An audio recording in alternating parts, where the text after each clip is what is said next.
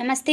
हमारा नाम है शबनम झा और हम राजश्री पुरुषोत्तम दास टंडन कॉलेज तालभेट जिला ललितपुर से हैं। आप सभी को हमारा सादर प्रणाम। जो हमारे भाषण में गलती हो उन्हें क्षमा कीजिएगा। आज का हमारा टॉपिक है वर्तमान सामाजिक, आर्थिक और राजनीतिक परिस्थितियों में युवाओं की जिम्मेदारी। युवा देश की रीढ़ हड्डी होता है और जब युवा देश की रीढ़ हड्डी है और अगर जब युवा ही तत्वों का पालन सही तरीके से ना करे, अपनी जिम्मेदारियों को ना समझे, तो देश का ढांचा बिगड़ जाता है। युवा देश की वो शक्ति है, एक चेतना है कि अगर वो एकजुट हो जाए, अपनी शक्ति को पहचान ले, तो इस देश का पूर्णतः विकास हो सकता है।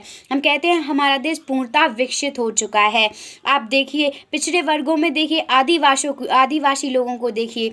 अभी की ही बात है, हमने अपनी आंखों से देखा है कि एक लड़की हमारे बराबर थी, उसकी गोद में एक छोटा सा बच्चा था।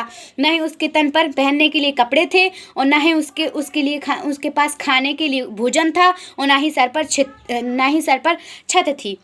तो हम कैसे कह सकते हैं कि भारत पूर्णतः विकसित हो चुका है। आर्थिक तौर पर परेशानी है, बच्चों को शिक्षा नहीं मिल पा रही है, बच्चे पढ़ नहीं पा रहे हैं, बच्चों को भोजन प्राप्त नहीं हो रहा है, बच्चे कुपोषण का शिकार हो रहे हैं। ये सब आर्थिक परिस्थिति के तौर पर आता है। राजनीतिक परिस्थिति, राजनीति में आजकल कोई युवा आना नहीं चाहता, क्योंकि राजनीति को एक बहुत ही बुरा दलदल मानते हैं आज के युवा वर्ग। अगर राजनीति एक बहुत ही बुरा दलदल है, तो इस दलदल में आके आज की युवा पीढ़ी को आकर उस दलदल को साफ करना होगा और अपने कर्तव्य निष्ठा से देश को उज्जवल बनाना होगा। लेकिन हमें समझ नहीं आता है कि आज का युवा वर्ग अपनी जिम्मेदारियों से विमुख क्यों हो जाता है। ये हमारे लिए बहुत ही समस्याजनक बात है। लेकिन आज के युवा वर्गों में उनके दिल में एक आग तो है, एक भावना है अपने देश को लेकर, अपने देश के हित को लेकर। लेकिन बात ये है कि जितने बच्चों के दिल में भावना होती है कि हम अपने देश के लिए कुछ करें, अपने भारत के लिए कुछ करें, देश के लोगों के लिए कुछ करें, वो लोग ज़्यादातर गरीब ही होते हैं, आर्थिक तौर से परेशान होते हैं, या फिर उनके परिवार वाले उन्हें मानसिक तौर से समझ नहीं पाते हैं और उनका साथ नहीं देते हैं। इस कारणवश वो देश के विकास में अपना योगदान नहीं दे पाते हैं। आज एक तरफ देखा जाए तो कोई मनुष्य के पास इतना धन है, इतना पैसा है कि वो दुनिया के सारे ऐशो और आराम खरीद सकता है, और कहीं कहीं किसी के पास भोजन नहीं है, कपड़ा नहीं है और सिर पर छत भी नहीं है और ना ही शिक्षा है, तो उसके पास कुछ भी नहीं है। और हम कहते हैं कि हमारा देश विकसित हो गया। हमारा देश पूर्णतः विकसित नहीं हुआ है। राजनीति में आप देखते हैं कि राजनीति में भी कई लोग हैं जो राजनीति के नाम पर किसानों का मजदूर वर्ग का शोषण कर रहे हैं, उनसे पैसे ऐंठ रहे हैं काम के बहाने। और तभी तो कहते हैं कि राजनीति एक बुरा दलदल है। इस दलदल में आज के नव युवकों को आना होगा। इस दलदल की जो बुराई है, उस बुराई की जड़ को हमेशा के लिए उखाड़ फेंकना होगा और इसे स्वच्छ और साफ राजनीति बनाना होगा। और समाज में युवाओं का बहुत ही महत्वपूर्ण योगदान है। समाज युवा बड़े छोटे सबको मिलाकर एक समाज बनता है। समाज को मिलाकर एक राष्ट्र बनता है। जब समाज होगा तभी राष्ट्र की उत्पत्ति होगी। लेकिन आज के युवा वर्ग के अंदर एक इतनी सी तीली दुनिया को आग लगाने के लिए काफ़ी है। तो क्या हम इतनी सी तीली अपने दिल में जगाकर उसे ज्वालामुखी बनाकर, उस ज्वालामुखी को एक प्रज्वल रूप देकर अपने देश के, अपने हित के विकास में लगा दें, तो हमारे देश और हमारे हित का विकास पूर्णतः सफल होगा।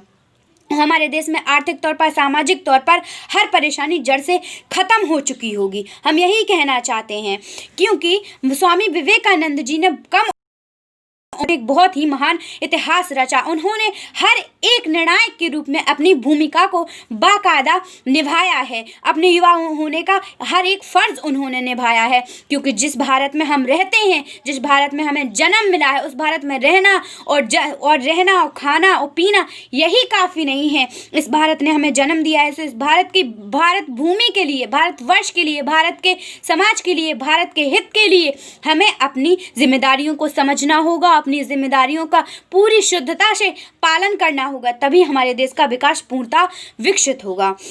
हमारे देश में अगर हर एक युवा एकजुट हो जाए, एक शक्ति बन जाए, तो देश में गरीबी नहीं होगी, देश में शिक्षा का अभाव नहीं होगा, देश मजदूरों का शोषण नहीं किया जाएगा।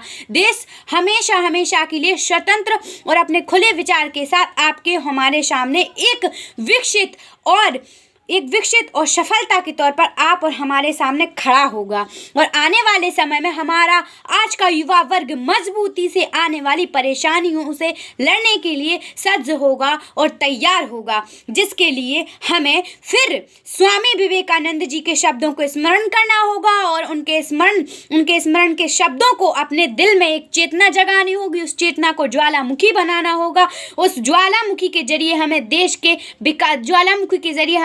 विकास आर्थिक तौर पर, सामाजिक तौर पर अपने देश के हित में लगा देना है, ताकि हमारे देश का विकास हो, हमारे देश में कोई गरीब ना हो, हमारे देश में मजदूरों का, आम आदमी का शोषण ना हो, हमारे देश में बलात्कार ना हो, हमारे देश में बहू बेटियों की इज्जत सुरक्षित रह सके। इसलिए स्वामी विवेकानंद जी के शब्दों को दोहराते हुए यही कहना चाहते हैं कि स्वामी विवेकानंद जी भले ही हमारे बीच नहीं रहे, लेकिन उनकी जो चेतना है, उनका जो प्रज्वल रूप है, जो उनके विचार हैं, जो उनकी महान विचारधाराएं हैं, वो आज भी हमारे साथ हैं। और अगर हम उनकी विचारधाराओं और उनकी विचार भावनाओं को साथ लेकर चलेंगे तो हम जिंदगी में कभी भी असफल नहीं होंगे। युवा वर्ग अपनी जिम्मेदारियों को समझें, अपनी जिम्मेदारियों का पूरी शुद्धता और निष्ठा से पालन करें, यही हमारा कहना है। जय हिंद, जय भारत।